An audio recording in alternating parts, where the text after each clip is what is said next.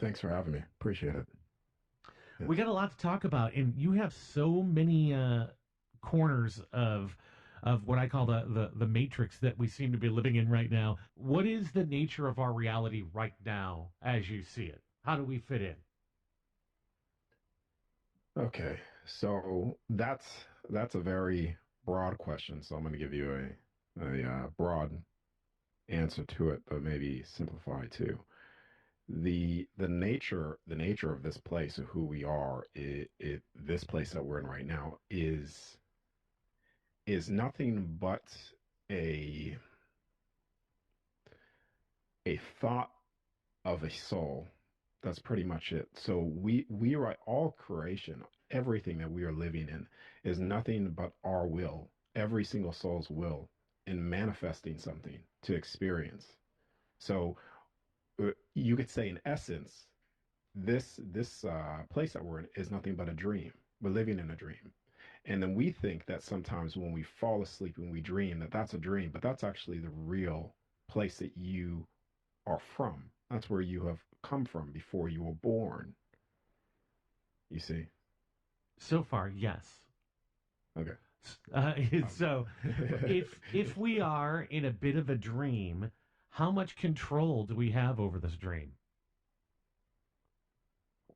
Well, you have a lot more than what what people would tell you otherwise. And I'll give you a for instance. Right now, we majority of people only perceive reality based off their five senses. In these five senses, scientifically, we could only decode a certain portion of the light spectrum, something like 1% of even less of that.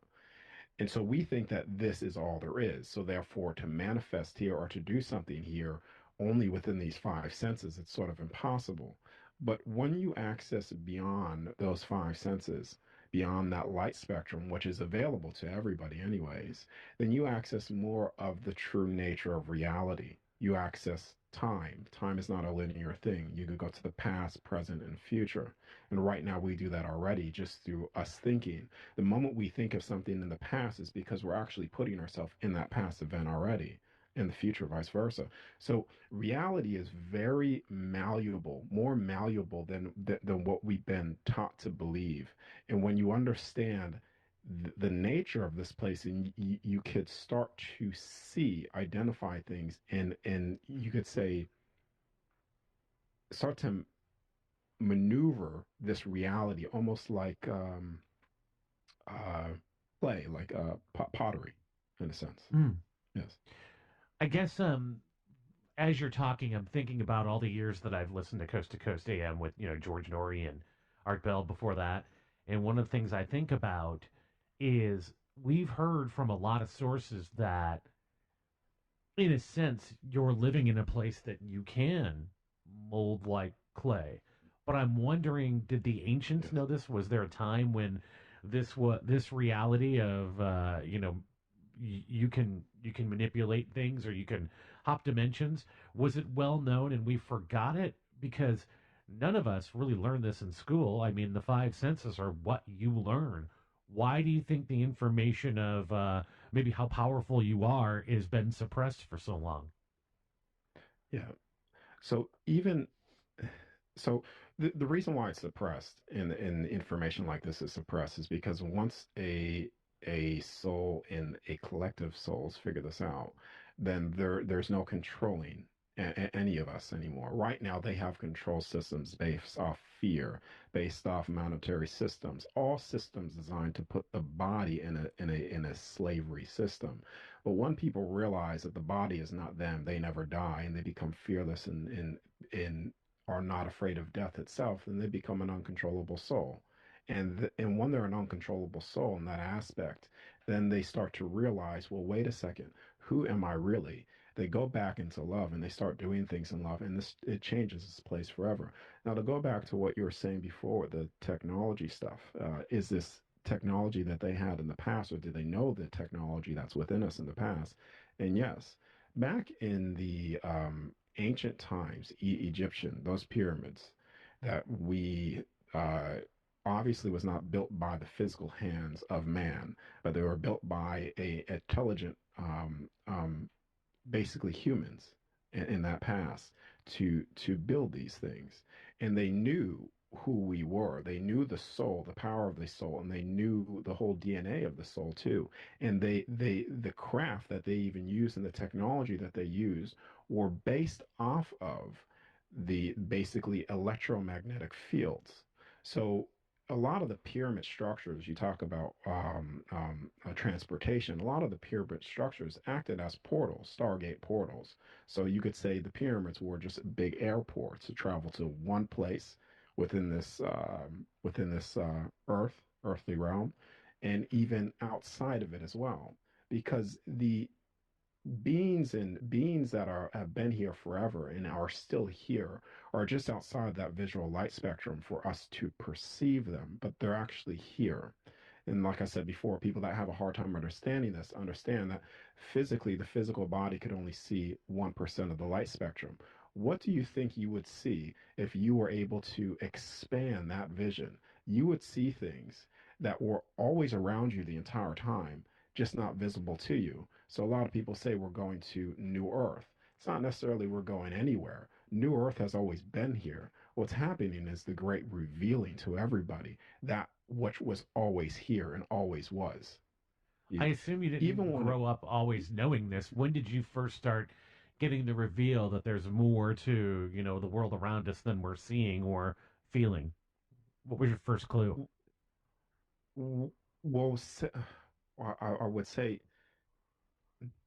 I have in a sense. Not necessarily able to articulate it in the way that I am now, but I have. And the same thing with every single person listening to this knows all of this already. Because each soul has access to the all-knowing of everything.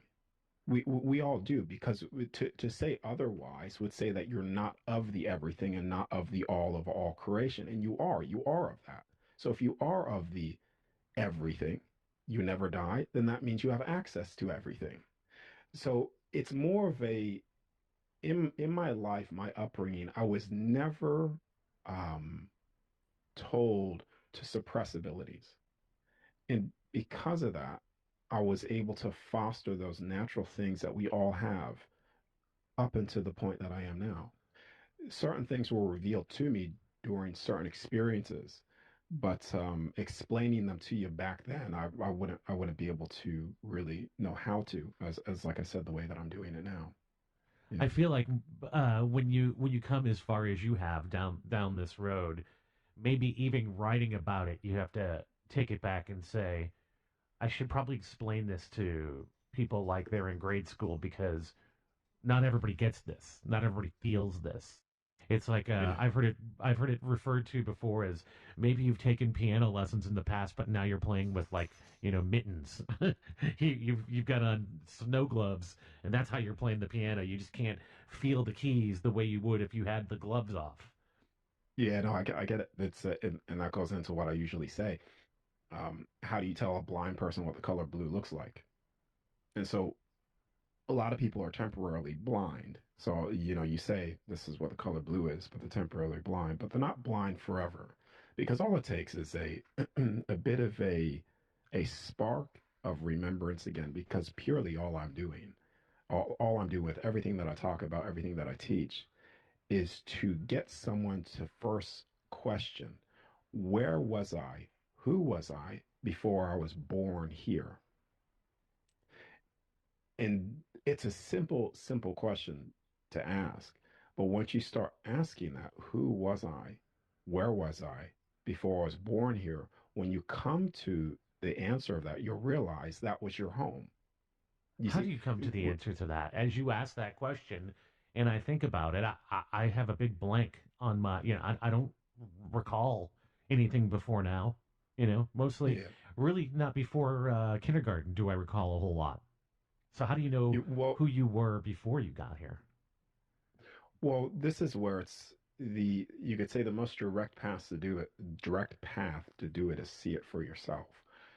Now, you out of body states, near death experiences. Near death experience, people see it and they remember it, and then they're changed forever because they remember their home again.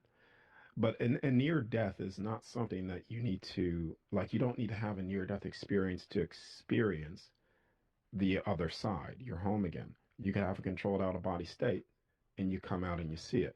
The thing is, this is not our physical, our physical form. People here in the physical flesh think that this is real. This is so solid. This is solidity. This is so real to me. How could there be anything more real or more physical than this? They think that somehow when they cross over or they die, that somehow their soul is less physical than the physical body that they have right now. And that's a massive misconception of just an understanding of what I said before multiple times already, that light spectrum.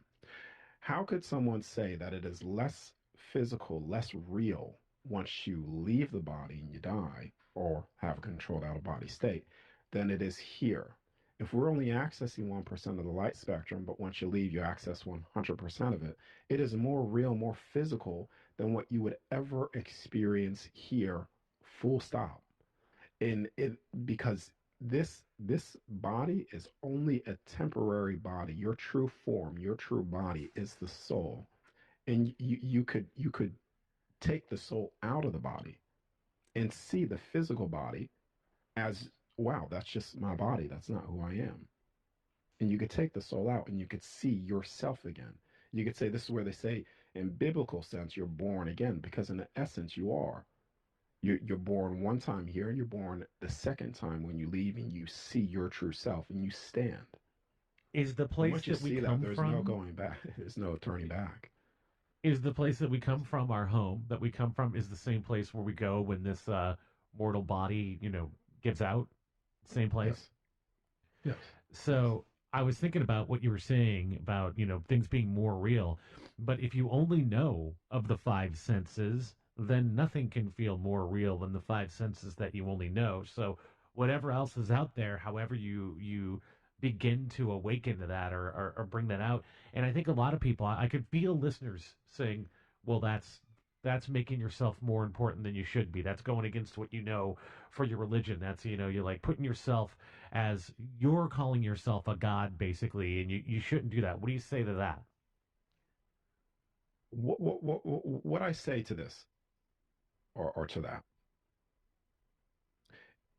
if you hear me speak and all you hear is me speaking as, oh, I'm superior in some sense, or I'm this or I'm that, then you're misunderstanding what I'm saying. Every single soul, you, everybody, is of the highest.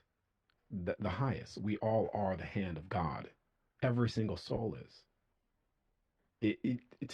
To say otherwise is also a misconception, a misunderstanding of who you are. You see, many people are still operating underneath the limited consciousness that they have here of just the mind, trying to decode things with the mind. They think, therefore, they were born, therefore, there must be a beginning to their soul. The soul must be born. But even when you search for the very end of things, you're only going to, when you search for that, you're going to find no beginning or no end, because there's no start to you, nor was there no end to you. And there's the paradox, because you are an infinite soul. To find the end also means that there was a creation to you, but there isn't. You just are and always were. And every single soul just is. They hold the same capacity, the same ability as every other soul to manifest, create by their will, their spoken word. It's what's done on the other side. And you people even do it here right now, unconscious of it. People, you say, some people can't understand how physical this is, but they actually can, because you, many people have dreams and they go, wow, that dream was so real. Well, how could that dream be so real to you? How is it more real than the physical? Just a dream when you're temporarily 100% conscious in that particular um, time frame of having that. Because you, as a soul, manifest creation in front of you all the time based off your will, and that is it. We're living. You could say we're living in the thoughts of our will, in a sense. And I know that's a convoluted way to answer this question, but the point is that every single one of us are the Most High. Every single one of us. And another way to put that as well, could you imagine a a father, or do you have a child, a kid? Yeah, I have a couple. Okay. So could you imagine yourself and everybody else listening to this, put yourself in this situation. So you're a father, you have a son or a daughter, and then for you never want that son, you never want it to ever become greater or better than you. And if you did that, and if you said that, then isn't that a bad parent? Isn't the whole point in having a child It's pretty to limiting, make yeah. sure that, yeah, I would to say make sure so. that child becomes greater than you based off your experience, and you pass that knowledge on so they could become greater than you. So let's just say, for instance, there was a creation to us, each individual soul. Do you think the Father of all creation is going to somehow make us always beneath it? Or is it going to be, do you could do more than me? Here, let me catapult you forward. We have in society, through the systems of control, through the systems of enslavement, we have been conditioned to be always underneath something, always giving our power away to something, whether if that's a god, whether if that's a governmental system, what have you. And that is not your true state. Your true state is never underneath anything. It's always in a place of love and freedom. You cannot have ultimate expression of freedom with a limitation. And we, as souls on the other side, are free to do as we wish in love, because there's no judgment either on the other side, because you can't have unconditional love with a judgment. So for a God that is all powerful, but yet and all loving, but says it's going to judge you, you cannot have unconditional love with a judgment. It just it cannot be. So who do you believe, the controlling systems that have enslaved humanity, or just the simple fact that has been presented to people right here of just that statement? How could you refute that? Do you feel like it's there's a club of people who've got it figured out and they're trying to hold the rest of us down? I think, well, there, there, That might be a question there we have to answer on the other side of this break. Not to cut you off, but as we're coming up on the break, I do want to get into that, and I also want to get into, based on what you were talking about, the people who haven't experienced it. Maybe we can find out how we can elevate, how we can find our higher selves. I'm interested in learning how to do that. Maybe we could do a little exercise together when we come back with Darius Wright on Coast to Coast AM. Our guest tonight is Darius, and Darius Wright is going to help us break down the illusion of time and expose how media and culture suppresses spiritual truth, which I think is huge. And we are kind of talking about that before the break. And it must be kind of an interesting thing for you, Darius, to be where you are and having to explain the basic concepts over and over again where you're like, no, no, no, the spiritual train is moving, we've left the station, everybody needs to be on board this, we need to get beyond the basics, we need to move on to the next level. How are we doing? Is there an awakening happening in society, or do you still think that the chains are on? well, yes, it is. Now, because most people, when they think of awakening, they they think of rose petals and rainbows thrown at their feet. But when you awaken and you see the truth, sometimes it's the most painful thing that you will experience, because you see the truth. It's like, once you end up getting closer to the source of light, the bigger the shadow becomes. So once you get to the source of the truth of things, when you look back, you're just going to see the shadow. You're going to see all the chaos. You're going to see all things that are not of love. The reason why this place is the way it is, the way people suffer, is because all things are done outside of love. And you see all those things. Every single system right now, I think, besides the post office, are systems based off control, governmental systems. And all these things are being shown, revealed, and they're actually falling right now. The whole system is falling in front of everybody's eyes. But because they're so attached to it, they have nothing else to compare it to. But what is on that is complete freedom. Is complete freedom. Do we So want society? Do we want freedom, or do we want to be controlled? most people, based off of just how long the control has been going on, they have become accustomed to comfort. So it's comfortable to be a slave for some people. Um, Like and having somebody it's to answer to is like our neutral. We just feel like that's what you do. yeah, that this is just what normal is. And normal now is a sick society. I mean, we are the only beings that have to pay to live where we were born. Right there, that simple statement that has been stated before, it is evident to everybody that we are in a system of slavery. Slavery hasn't changed at all. Before slavery was you're being fed, you're being clothed, barely, and you have shelter, but now you work and you work and you're a slave.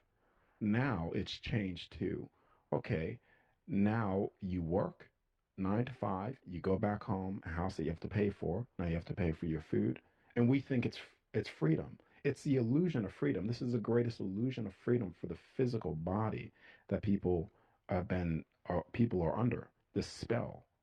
And it's all breaking down. That's why the financial system's breaking down. It's one of the main root of the control systems.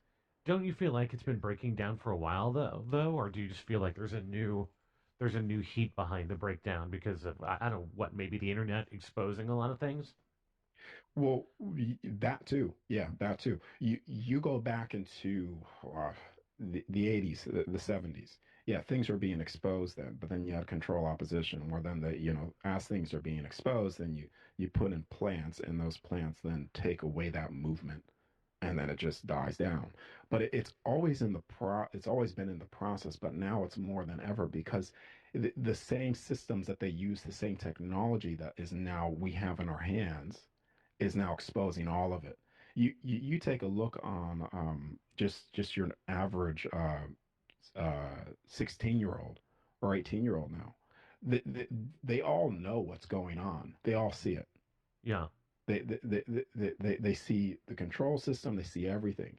The only ones that are having a harder time, I would say, some, not all, but is the older, like very strong on their beliefs. But it's all falling apart. Yeah, that And is like I interesting. said, it's a good thing. It's a good thing. Whenever I bring up, I do have both a 16 and an 18-year-old, and whenever I bring up the conspiracies about that type of stuff, they've already been through that side of TikTok. They've they've already been exposed to all that. They're already kind of locked down on it. Okay, so when we Yeah. come back, I do want to talk about the manipulation of the narrative, if you will, and then let's get some tips on how we can expand our power that you say every one of us has, every soul has. Let's explore that a little bit, and then we'll take some calls later on. So we'll do all that. Don't go away. We're coming right back with Darius Wright on Coast to Coast AM. Welcome back to Coast AM. I'm your host, Rich Barra. Our guest, Darius Wright. We're talking about awakening to the other side, and I was kind of asking Darius if he could help us kind of start that. And I was kind of wondering if you were going to try to have an out of body experience, what do you tell people to start with? How do you start to have an out of body experience? Yeah. So, first of all, you have to get rid of fear around all things. It's the thing that will prevent this full stop. Um, but then the second thing, I'll answer that. But the second thing is more of a question to them. Every single night when you go to sleep, where do you think the soul's going? Where do you think you're going? Oh, You're going some, I haven't thought it, yeah, but somewhere, yeah, you're traveling somewhere. yeah. The soul is going somewhere. So, how do you control this? This is why I said the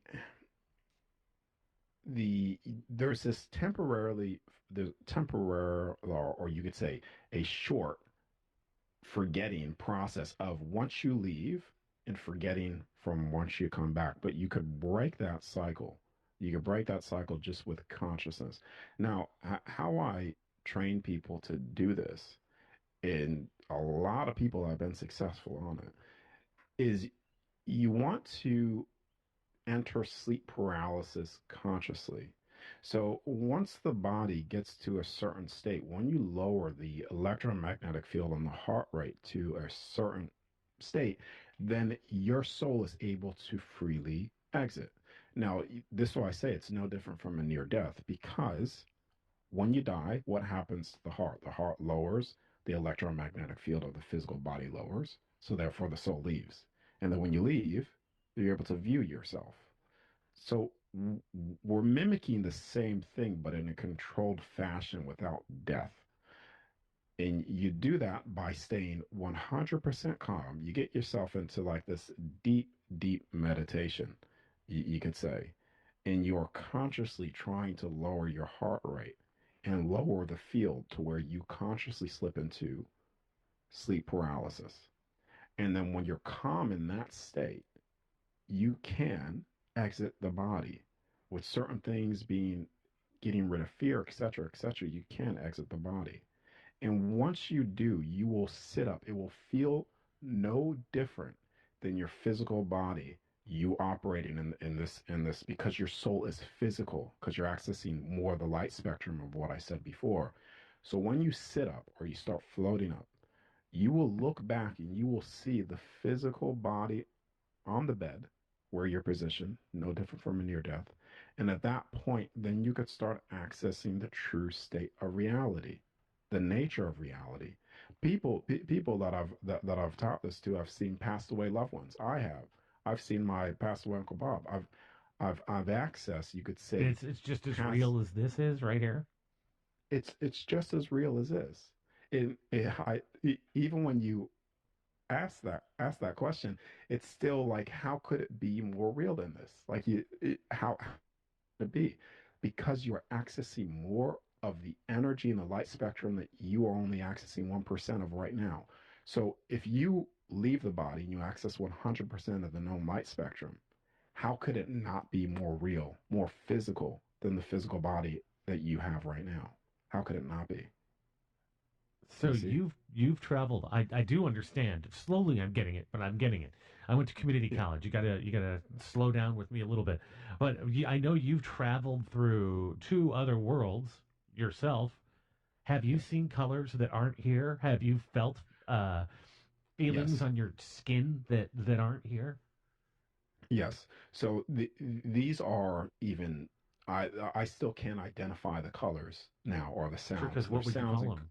Because we don't know what they are. there you go. It's how do you tell a blind person what the color blue looks like? Right now, I have the color. I know what it looks like, but there's no name to it. Y- there's not a name here because you're accessing so much more. There's I remember, well, once I'm out and I'm touching another soul or an angel, because we have a total of 12 creations within this, you could say, this universe that we're in, this universe being a construct. We have a total of 12 creations, 12 heavens, and I remember seeing some of those 12 creations. And the part of the seventh creation is the heaven of the angels. And as I'm there, I'm touching them as if I'm physically touching a human being. And when you touch these beings, when you're communicating with them, it's like the conversation we're having right now.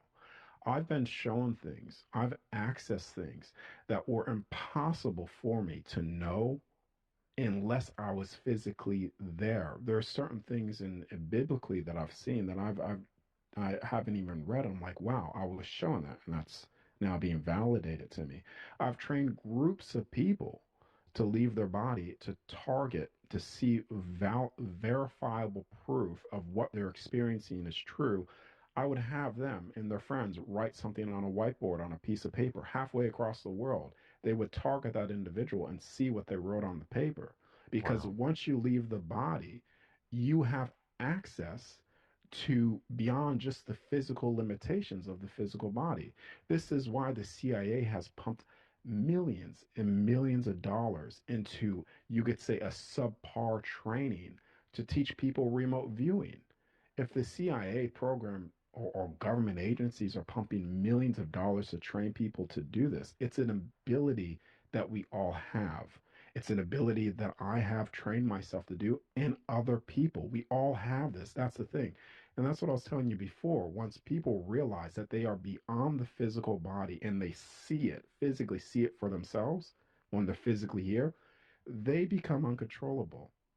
Because I no longer fear death. All the people that have experienced this no longer fear death. They are uncontrollable. You cannot Well, sit there and say this to them because what can you possibly take from them?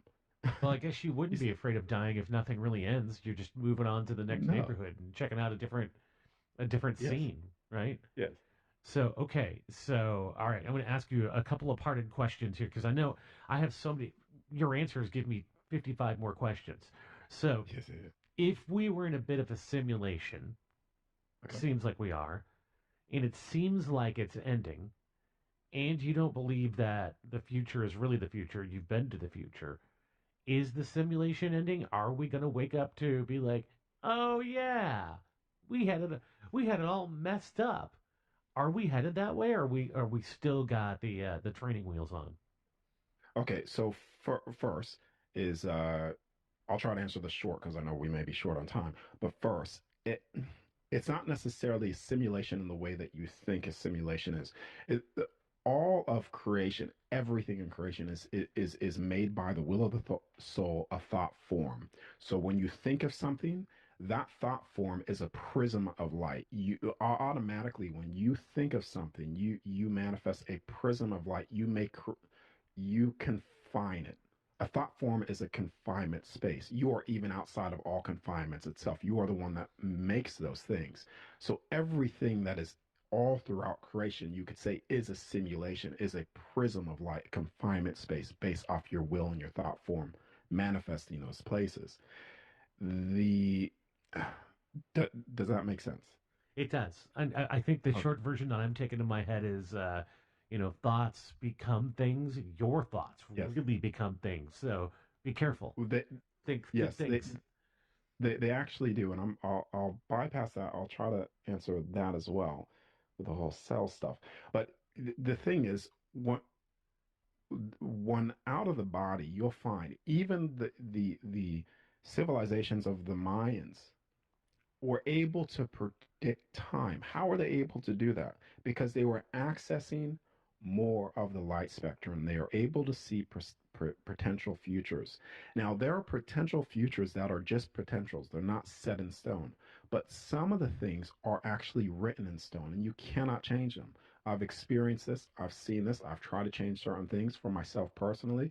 I've seen certain things that I was shown that happened that was impossible to change because things on the other side in this creation, some of them are pre-written.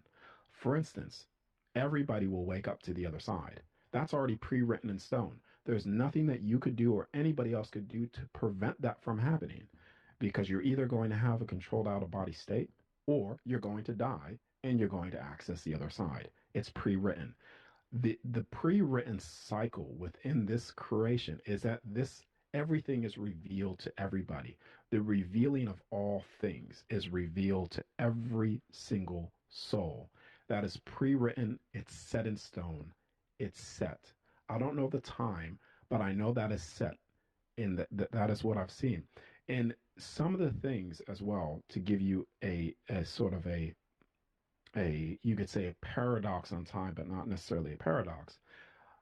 But if some of the things that I've seen that were already pre-written and you cannot change them, and they were apparently the future, wouldn't you say? Wouldn't you say if you target a future event and you see it, you can't change it, and it happens no matter what you do? Wouldn't you say that you're traveling through the past, not the future? Probably. Yes. Yep.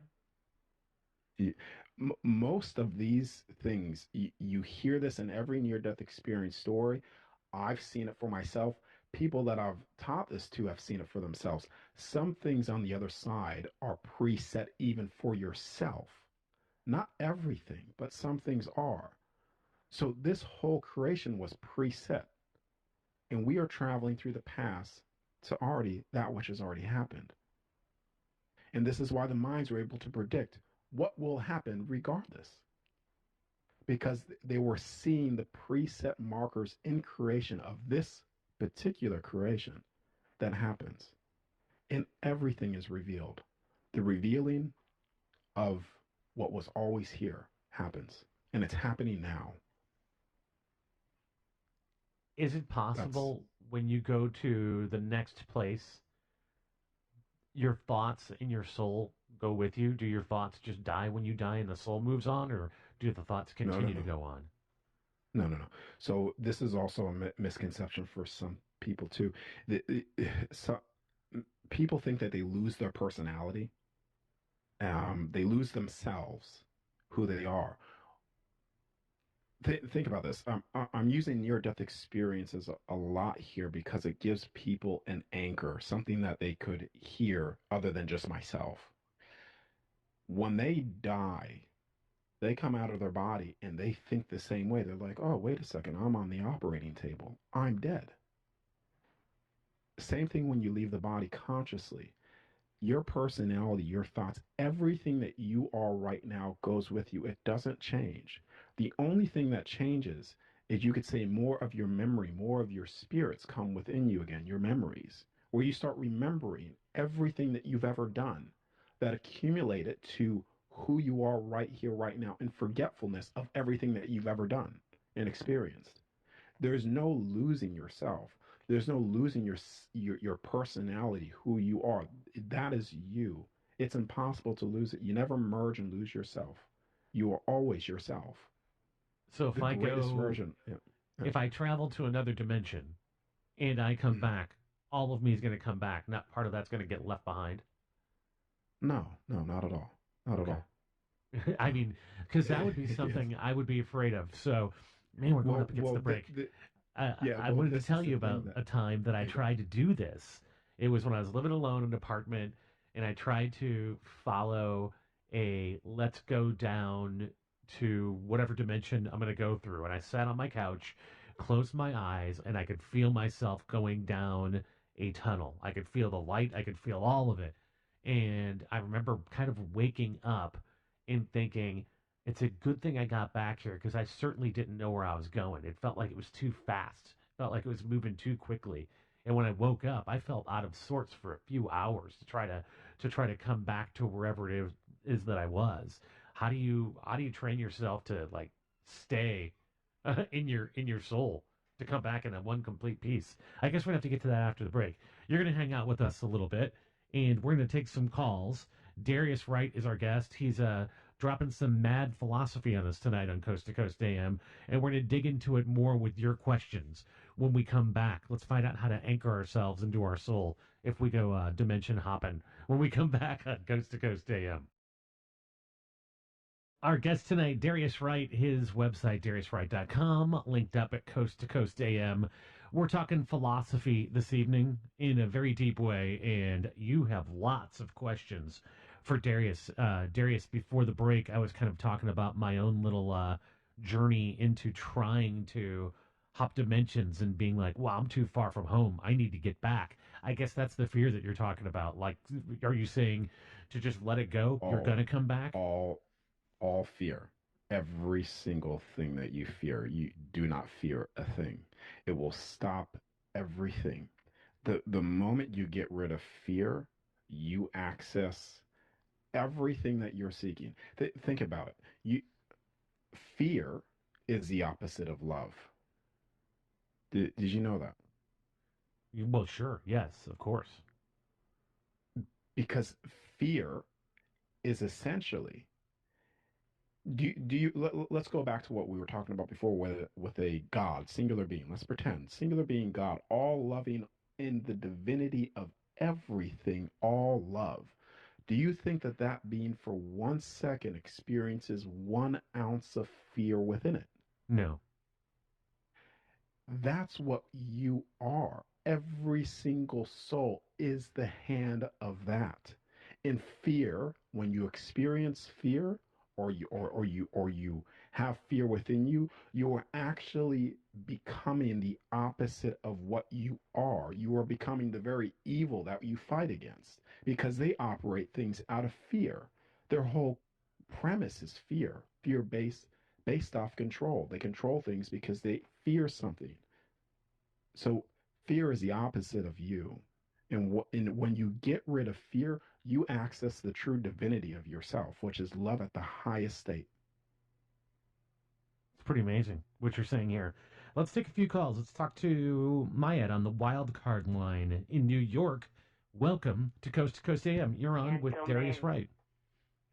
good morning. You're doing some excellent work, Rich. Um, I have a two-part question, Darius, with some comment related to, and I'd like to listen on the radio as you respond. Um, on TCM tonight is a movie, and I have it on mute when you guys are on, but during the break, I do watch, and it seems that there's been a nuclear. It was from 1959, and there's been a nuclear war. If you could imagine, three people: Harry Belafonte, Mel Ferrer, and Inga Stevens, uh, uh, left in New York City. Okay, and what the deal is called the world, the flesh, and the devil. Is the first question is, does the fact that people are disconnected from reality in terms of true true reality, outside the senses and other things that we think are real, does that account? And I think you were right on point, and you really, you just have making immense sense, Darius. Does that account for wickedness? And the second part of the question: why are we born in a world where we don't see the true nature of reality? So I recently read a 18-page book by an Indian mystic in 1902, writing down answers to questions, and it's called "Who Am I?" And he talks about the senses and the other aspects of what most people consider their lives, or how they live their lives, and why is it so hard to get to out of the third dimension. And if you also clarify your classes, your books, and what you recommend, I'll listen over the air. Thank you, Richard. Well, you're welcome. That's a lot to unpack, Darius. She's all yours. Yes, yeah, yes. Okay, so I'll try to unpack those based off because you said a lot, but the first one was disconnection and evil. So the thing is, when right now you were talking about the devil too, Satan, devil. So all these beings, Satan, devil, evil, is all acts done outside of love. All acts done outside of love. Fear. If you experience fear, then you will start doing things in control of, a possession of, losing something because people misunderstand what they are. Love. When you're in the highest state of love, you do not experience loss. You do not experience pain. You do not experience fear. You don't experience any of those things in true love.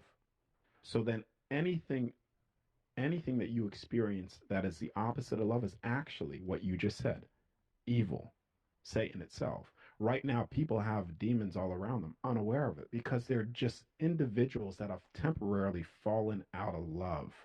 And they're acting in a way of control, which is the opposite of love, which is evil. And it's not that they cannot be picked up from the darkest parts of their life, because If love cannot pick somebody up from the most darkest pits of reality, then love is not the ultimate force in all creation. Evil is. But love is. So even when you see the most evilest things, you reach out your hand and you help it because that's what love would do. Otherwise, it's not love at all. The second thing that you were talking about was why be born into this place and forgetting? Well, you could also say, and I'll keep this very short, to truly understand unconditional love, to love everything and everyone unconditionally, you would have to you would have had to have experienced some aspect of the unlovable things. The contrast of seeing what we are not gives us the greatest power to become something that we born into something greater than where we came from. Once you see that, the third thing is the third dimension. The thing is, escaping the third dimension, you don't need to. We are not third dimensional beings. Right now within you, you already have access to all of the dimensions within you. Scientifically, they measured 13 or 12 or 13 dimensional structures within your brain. Whoa. We also have 12 to 13 DNA within us, but they call this junk DNA. So already we have access to all of the dimensions, all of the kingdoms, all of the heavens within us. It's like All of it's untapped within us. an untapped firmware upgrade, just waiting to be turned on. Sounds like. Well, we have that as well too, even with the cells. The thing is, if people understood the will of their soul, how powerful they are, the words, if you were to spend time with your thoughts in the words that you speak, you would realize that the very words that come out of your mouth actually are programming the very waters and cells within you. Scientifically proven that when you speak to water, it takes on the form of that which you spoke to it. And you are the waters within you, the cells. It's no different. Your spoken word has the ultimate authority even over the very cells of your physical body. I believe that. I've even heard people say science proves that people that say, "Yeah, I don't ever get sick, I never get colds," they don't, because they have taken over the physical part of their cells. It just doesn't get sick. I think that's pretty cool. When we come back, let's take some more calls. People are very excited to talk to you. We're going to continue with Darius Wright when we come back on Coast to Coast AM. Don't go away. Welcome back to Coast AM. I'm your host, Rich Barra. Darius Wright is our guest. Right back down into the rabbit hole we go with your calls on the first time caller line. Peyton in Indianapolis. Welcome to Coast AM. You're on with Darius Wright. I would just like to say, oh my God, thank you, God. I literally asked him if I could be on here. He was like, I guess he was like, yeah, here you go. Another message I'd like to send out to everybody. If you're listening to this and you haven't yet, put a tab of LSD on your tongue. You know, let that sit with you for an afternoon. Oh, really? Are you listening to us on LSD right now? I would like to say yes. I'd like to say yes. Interesting. Okay. What's your question? Why would you want to discover other realities when this one is so vast and beautiful, and the things that we don't even know about this reality that we are in currently that needs to be happening. Like, we need people who are focused on this reality and really putting their nose to shit. I'm sorry for cursing. I think that might have gotten me. We had to take them off. But let's can't say those words. But Darius, let's answer the question that did get on the air: is why would you want to go through another reality when we haven't discovered most of what this reality is about? Was this question, I think. Okay. First one is I just want to say the thing that he was on. Once you take things, you do not need to take anything when doing this. And when you take stuff like that, what you do is you become drunk behind the wheel. It's you don't actually see clearly. It's no different from being drunk behind the wheel when you are trying to progress your skills, because all these skills can be done consciously at will with you fully conscious in control without taking anything external. I want to make that clear because I don't want people to think that I am doing that or anything associated with that. Second thing is why would it be important to understand the nature of reality? Well, the very control systems that we have right now that control the physical body in your life understand the nature of reality. They understand time. They manipulate the weather through electromagnetic fields. Through heart, they do all these things. Why? Because they understand the nature of this place. So once you understand the nature of this place, the multidimensionality of yourself, then the power is back in your hands. And when the power is in your hands, then you have the power to make change. You cannot make change without knowledge. Wisdom and knowledge, when you have those two, that is what makes change. So you're asking me, the real question is, why do you search in the pursuit of knowledge? Because it makes you a fully empowered soul once you understand it. Everything of that which I'm telling you is from my access from these states, Fair my enough. understanding of these states. Let's keep the calls going. Zachary, west of the Rockies in California. Welcome to Coast AM. You're on with Darius Wright. How you doing? Hey, how you doing? Can you hear me? Yes. Yes, please continue. Yes, I have a question. I want more kind of like a story or question. When I was 3, I had a near-death experience. I had a drowning accident, and you were talking about having outer-body experiences. The question being is that do you believe that there is a difference between an actual near-death experience, outer-body experience, compared to like an astral projection? Okay. And So when it comes to the astral projection, now if you look at out of body states now, you'll find a big misconception of what those are. But a proper controlled out of body state is no different from a near death experience. And if you do not believe me, I have a testimony. His name's David Ebel. He died 3 times because he has a heart issue, but he wanted to access the other side again. He followed the process of the controlled out of body states, and he says it's no different at all. Actually, the controlled state was more vivid than the near death. And the reason for that is because you are, it's like skydiving. So imagine a near death experience. You're in a plane, someone pushes you out. You don't even know that you're about to go skydiving. You're free falling, don't know where you're going. A controlled state, a controlled near death out of body state, is where you are being prepped. You could access dimensional spaces, loved ones, time, records, the other side, the 12 kingdoms and heavens. You are prepared for when you jump to where you want to access and where you want to go. And astral projection, the astral stuff, is not the truth of this. It's a very, very small aspect of this. It's dimensional space access points that you're experiencing. That's not a full blown out of body state. And astral projection is like dreams, dimensional space thought creations that you make. And your consciousness is not fully there. That's why it's kind of lucid, like 30%. So what you are experiencing with the controlled out of body state is 100% consciousness. No different from me and you talking right now. Jeremy on the wild card line in North Dakota. Welcome to Coast AM. You're on with Darius Wright. Good morning or evening, wherever you are. Darius, over 21 years ago, on December 8, 2003, I was driving my Kia Rio up an icy hill. A Ford Expedition started to slide down the hill at me. The Ford slid clear across my lane, impacted my Kia Rio, head onto my shoulder at about 25 miles an hour.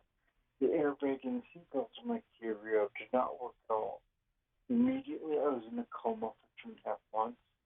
When I woke from my coma, they told me I broke both femurs, shattered both kneecaps, broke a foot, almost got my left pinky cut off, and severely injured my brain. And just before I woke from my coma, I was under the impression that my wife, now ex-wife, and I were walking up a mountain pathway cliff.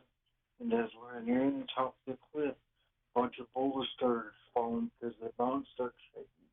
I found a cave crevice to guide her into to protect her. And as soon as I got her inside, I was hit by a boulder and knocked off the cliff. And as I fell to the ground, I heard a voice in the sky that said, "Jeremy, your tasks are not complete yet." And as I heard that finish, I thought I was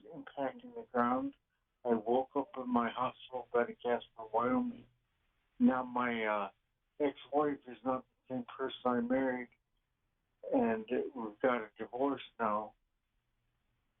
Is it possible I Okay. left a Okay. portion of her soul there?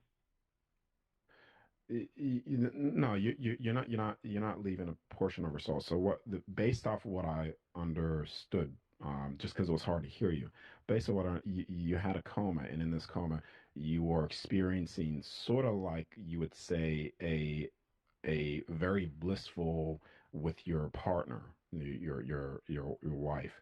Now, what happens typically when people die, and also controlled states is what you can access. And I'll just go death.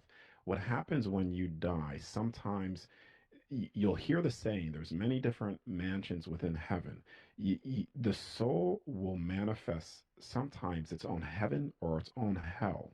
So when you died and you're in that coma state and you're experiencing those things, it sounds like, give me a sec. It sounds like you were manifesting a portion of your own heaven based off your will, your thought forms, everything within your subconscious projected in that space. Based off what I was hearing, that's my answer because I couldn't hear you clearly. Sorry.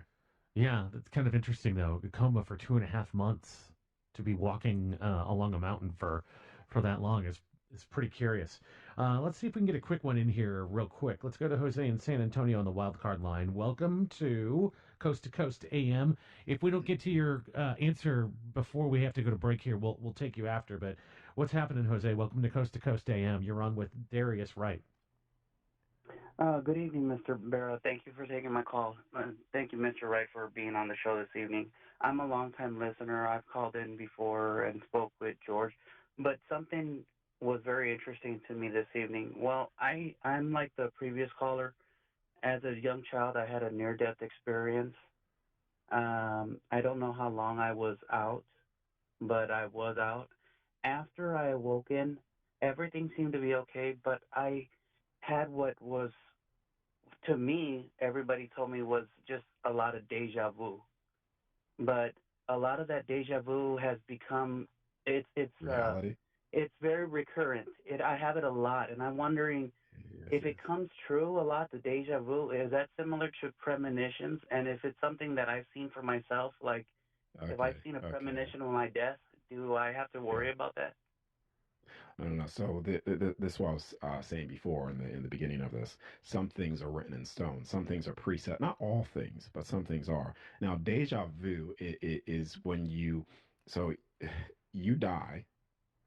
When you die, you see the other side. You have access to the records of yourself.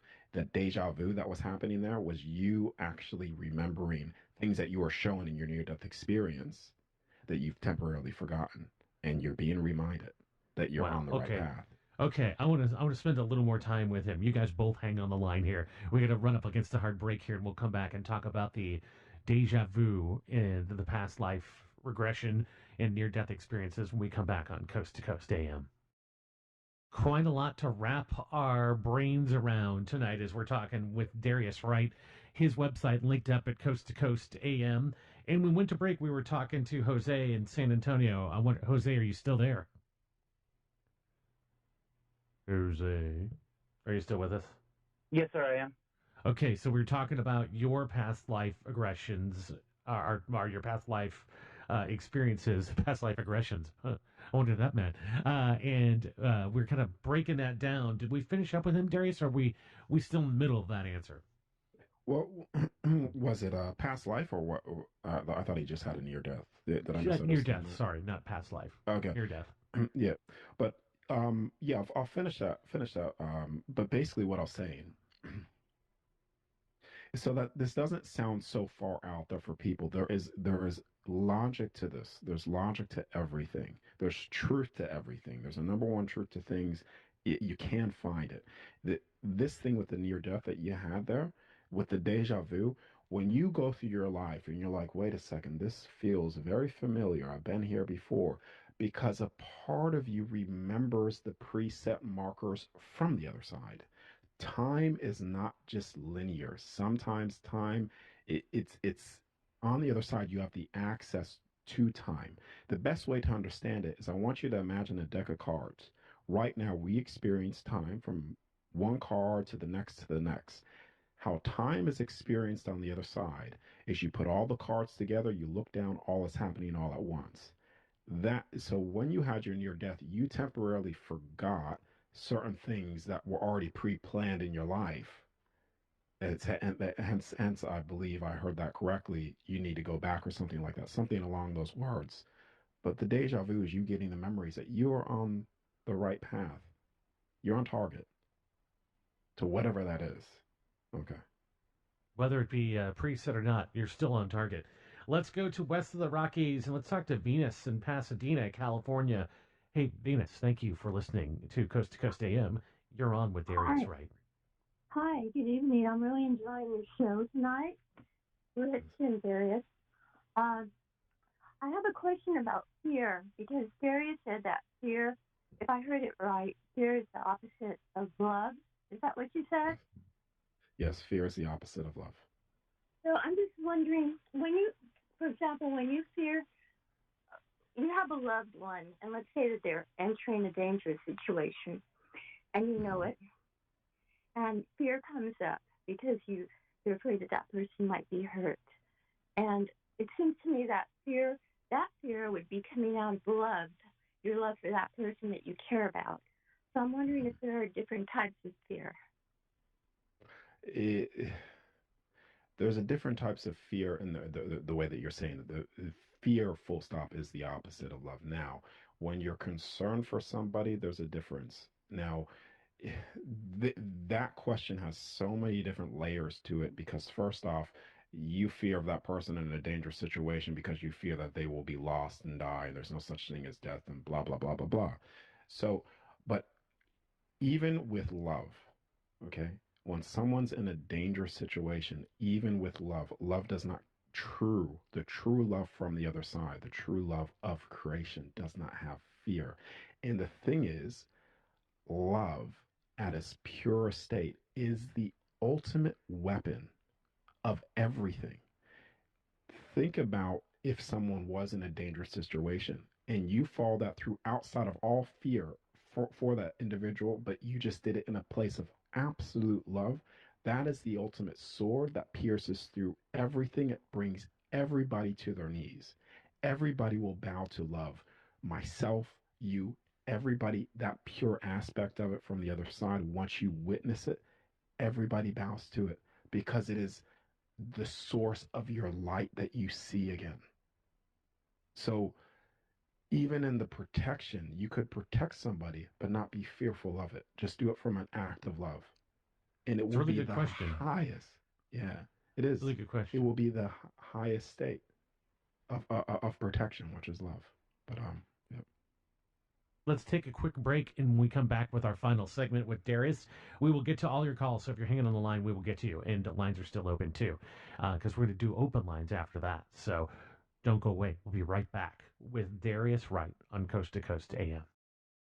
Welcome back to Coast AM. I'm your host, Rich Barra. Our guest tonight, Darius Wright. All of his website things are linked up at Coast to Coast AM. And we're taking your calls. Let's go to Belleville, Illinois, just outside of St. Louis. David, welcome. You are on Coast to Coast AM with Darius Wright. Hello, can you hear me? Indeed, we can. Hello. It's amazing that you started talking about near-death experiences because I can't exactly go into all the details because of all the supernatural and near-death experiences I've had. I could talk your ear off for hours, but I actually sent a very long email to every link that I could, and way back in January to your website. I sent it to multiple researchers, Whitley Strieber, Graham Hancock, etc. Anyway, I'm a survivor of acute myeloid leukemia. My family was promised my death at 23 years old. 2019, I miraculously came out in remission. I also survived graft versus host disease, and I also survived a nasal infection that almost spread to my brain, killed me during that same process. When I was 17, I had a collapsed lung. almost killed me spontaneously. They said it was due to my growth spurts. I've also had many experiences when it comes to UFOs. About the acute myeloid leukemia, the same, a year before, this was 2015, I was camping, a perfect circle UFO, completely silent in the night, stopped over my tent, and then seemingly just vanished. I didn't remember that it happened for 2 years, so that definitely seems like some kind of time gap. This whole year has led me to speaking out after 31 years, never bothering to tell anybody, because basically my shadow would say, they're all going to laugh at you like Carrie. So I've been reaching out to the sky. I'm walking out in my backyard right now, and I reach out to what I call the source, which I also reach out to these beings that continue to show orbs and streaks outside my door sometimes. I've also woken up to little kids watching me sleep as a child. I had another weird experience with telling a cop that found me that after I walked off a farm property that I was following the Undertaker. I don't know. I don't remember seeing anybody.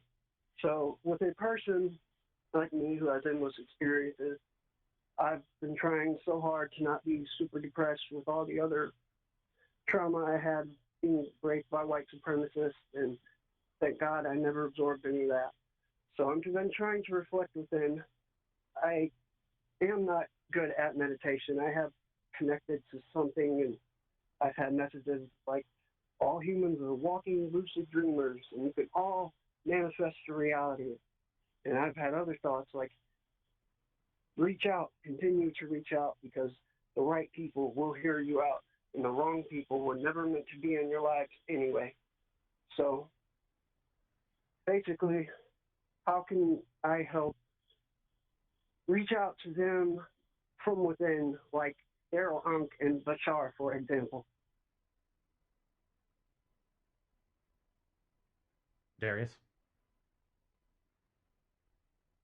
To answer this, yes. Yeah, could you hear me? Okay. Yeah. Okay. To answer this is pretty simple note. So, when I listen to you, you said a lot of things, but the core of what you are saying, the core of it is and by the way, thank you everybody for participating in this. This is Yeah, people are wonderful. really getting vulnerable tonight. It's pretty cool. Yeah. The the core of what you said is you are reaching out to source. You're reaching out to source. A part of you is still reaching outside of yourself. Listen, the reason why the sun shines is because of you. The reason why there's light in all of creation is because of you. Light is birthed from within us. We are the birthers of all light in creation. Everything shines because of us. So don't reach out your hand to source, because all of that light that you're searching for is within you. It's all within you. Everything that you could possibly want is within you. It even goes back to what you were saying before. You healed yourself, because healing yourself, the ultimate authority wasn't what the doctor said. It was what your soul said. It was the will of your soul that healed you, because the ultimate power is the other side, the other 99% of the light spectrum that we can't see, that influences that 1% that we can see here. You are the source. It's within you. Reach within yourself and you'll find that.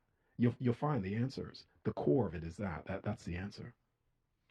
Let's go to the wild card line and let's go to Adam in British Columbia. Hey, Adam, welcome to Coast AM. You're on with Darius Wright.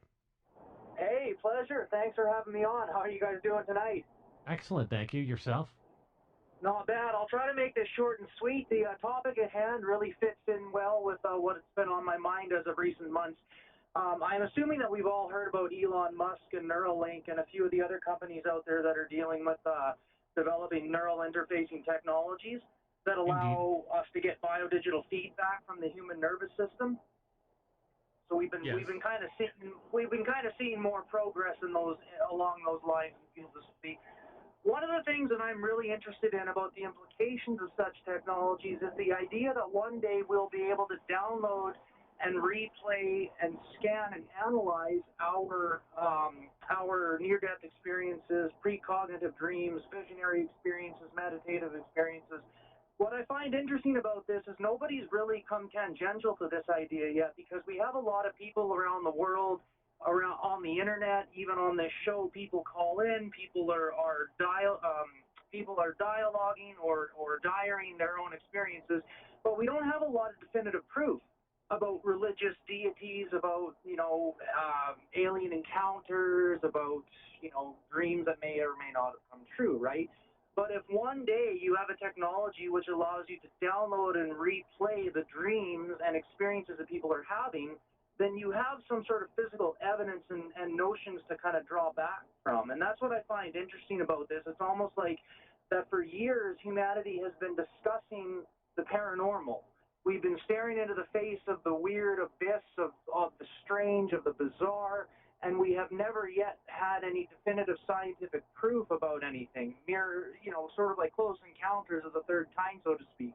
But now as we move into the realm of literally wiretapping the human nervous system, then it seems like, we're going to, months, years, however long it's going to take down the road here, we're going to be able to catalog it, and it'll be eventually like we'll have a social media-like atmosphere of every sort of thought, meditative experience, dream that humanity's ever had. So instead of posting your ideas or videos or photos to social media, you'll wake up and your dream or your out-of-body experience or near-death experience will be posted to social media. Real potential consequences of future states of technology, if you catch my drift. And I wanted to say hi to Joe Rogan because he's probably listening to this. Hey, Joe. Darius. So first thing I want to say is proof. So you're on about proof, but the thing is, the proof is actually there. So a lot of things, if you just hear me for the first time speaking, you may think, well, where's the proof? Where's the proof? But I have countless proof. I think I have over, I think there's publicly, 64 something testimonies, which is witness accounts. Now, if you go to court, it only takes 12 or a dozen people to say, I witness that this is truth, and then that proves your case in court. Now, I'm not just saying testimonies are it, but I'm also saying real-time targets has already been verified, where you could come out of your body, you could target something in real time, see it. I've done that. I've taught groups of people to do that. They're all the testimonies are there, and they're like now out publicly speaking about it because I can't stop them, because once you see it and once you experience it, all you want to do is share it. So that's already proof there. You could prove it to yourself. I've proven it, and people are proving it already. The CIA has already proven what I'm talking about too. Like I said, they pump millions, if not a billion so far, into remote viewing individuals' techniques Why did they stop? to validate. Or did they not stop? Not at all. They haven't stopped. Oh, okay. I kind of thought that the many steric goats, I thought that was over with. Well, you could say they pushed it underneath the radar, I would say, but it hasn't really stopped like that training people to do this. But that's been already proven as well. Like there's things that are proof out there.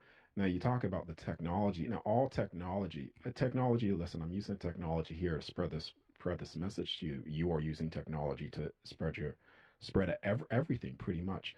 But when you start to replace yourself and what you are capable of with technology, it becomes a substitute. Technology is a form of basically dumbing down the capabilities that we have. So the more we become dependent on technology, the more we make these abilities dormant. Did you know, for instance, there's a child on my YouTube channel. I'm talking about dormant abilities, awakening those things. It goes beyond just out of body. There's a child that's publicly out there. You can view it on my YouTube channel that is actually able to see without his physical eyes, completely blindfolded. And we went on to teaching kids classes of how to do this in group settings as well. So the proof is there for those that have the eyes to see it and the ears to hear it. But there will never be enough proof for people if there just never is enough proof for some people. But the proof is actually there, and it's something that you can actually do for yourself, is what I'm saying too. And that is the ultimate proof of all things. But I wouldn't, Elon Musk, the Neuralink technology, I think this is a massive distraction of cutting you off from your abilities. If a piece of metal could basically do this, then what makes you think the greatest piece of technology, which is your body, that even the highest quantum computer can't even mimic a fraction of the brain technology that you have in terms of all the information. You are the ultimate form of technology, the physical body is, and this is what they've tried to cut people away from, which is diminishing this and go more to technology. Because once they awaken the ultimate technology within them, then it's game over from there, you could say, you know. But yeah. Anyways, okay, thank you. You could go on. Were you not finished with your thought? Yeah, I'll stop there. I'll stop there. Okay, let's try to get a couple more in here. Let's go west of the Rockies and go to Tom in Hawaii. Hey, Tom, thanks for listening to Coast. Welcome to it, and you're on with Darius Wright. Yes, aloha. Aloha. I get to hear that. I live in a mountain right along the coastline, so it's peaceful. Which island, sir? Hawaii Island. I'm on the Hamakua coast, and beautiful. I'm Malka. I'm above Laupahoehoe Point. So in 1946, there was a tsunami, and it was the result of the earthquake in Chile, and the tsunami wiped out the entire school. Okay. Yeah, you still there? Yes. In Hawaii. Okay. But my question is, Darius, first time I've listened to you and really listened and trying to critically think this, there's a lot of us out there that are disabled or have gone through some real serious physical challenges. What would you suggest to someone like myself who wanted to pursue something like you're talking about? How to basically do a cleanse and get through it to get to that point? I hear a break coming on, so should I? Yeah, I got about 15 seconds here. Can you do that in 15 seconds, Darius? Yes, okay. Oh, I guess maybe not. Oh yeah. Okay. Yeah, no, I thought you said after the break. Yeah, I'll answer it after the break. Yes. Okay. Well, yeah, you can hang on with us for one more thing. We are going to do open lines, but let's hang on, Darius, so we can get to that answer, and then your open lines when we come back on Coast to Coast AM.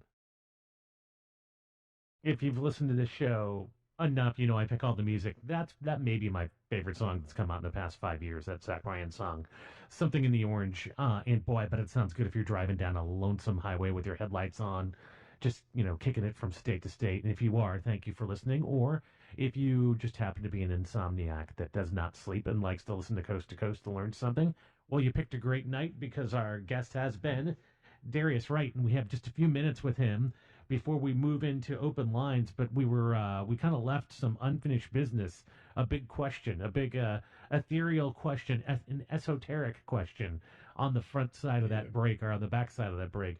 Do you want to talk about what we were leaving when we left the show here? Yeah. It was about disability. Does it affect his abilities? And my question to that individual is, do you believe that do you believe that the universe dictates consciousness, or that consciousness dictates the universe? Which one do you believe it is? I don't think he's there anymore. Oh, okay. So I think that's going to have to be rhetorical for him. Yeah, well, basically, if you were to say that the universe dictates or has control over consciousness, then that's basically saying that the body has control over your soul. If you were to say that your consciousness dictates the universe, that means that your soul has the overall influence over reality itself, which that's the truth. So it doesn't matter what happens to the physical body, because the physical body doesn't control your soul. Hence, you die and you leave and you return back to your home, the infinite aspect of you. The soul within you has the ultimate authority over everything, if you believe it to be so. So on your website, there's classes people can take, right? You can sign up for a workshop with you. Yes, you can. Yeah, but this is If this is a people want to class for learn, people. Yeah, this is too. Yeah, I think this was sort of like a great masterclass, and I appreciate your time and energy and your patience with us as we kind of figure it all out. I think you did a great job tonight, and I'd love to have you back on. I thought you were awesome, Darius. Yeah. Thank you. Thank you. I appreciate it. I appreciate coast to coast and all you guys and all the questions too. Assuming I have a show in another dimension, I'd like to have you on in that dimension as well. Are you down?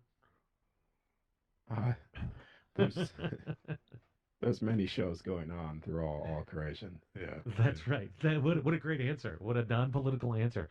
Well, thank you for your time and energy. When we come back, your calls, whatever you want. This is open lines, and I want to thank George Norrie for trusting me with the Coast audience. I am part of the Coast audience. I've listened for years and years and years, and this is your time.